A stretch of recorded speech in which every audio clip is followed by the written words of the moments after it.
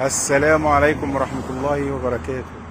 معكم كابتن محمود من الأكاديمية الفنية لتعليم قيادة السيارات. النهاردة معانا الأستاذ طه، آخر حصة ليه، وبنعلمه الركنات وإزاي يجيب العربية لورا، فعايزينكم إن شاء الله تتابعوا معانا.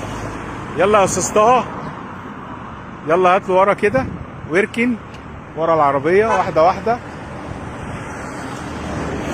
حضراتكم بصوا معانا واحنا في الشارع اهو، في عربيه هو حضن جنب العربيه اللي على يمينه، سايب 60 سم بينه وبين العربيه ومحضن جنبيها. يبدا يجيب ورا اهو قدامكم. اول ما المرايه جت عند الفانوس بيبدا يعدل اهو زي ما حضراتكم شايفين، يبدا يعدل العربيه. تمام، برافو عليك، برافو عليك، برافو عليك، الله ينور. اعدل عجلك بقى وتعالى لقدام كأنك يعني انت بتركن بالظبط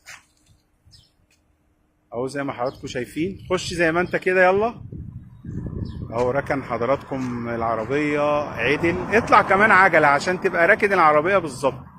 اطلع كمان عجلة، ايوه، اعدل اعدل بقى كده بس زي الفل، زي ما انت مور العربية.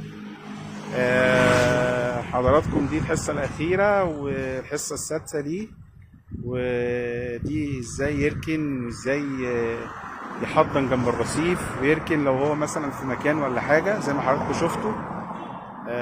نتمنى نكون أفدناكم، والسلام عليكم ورحمة الله وبركاته.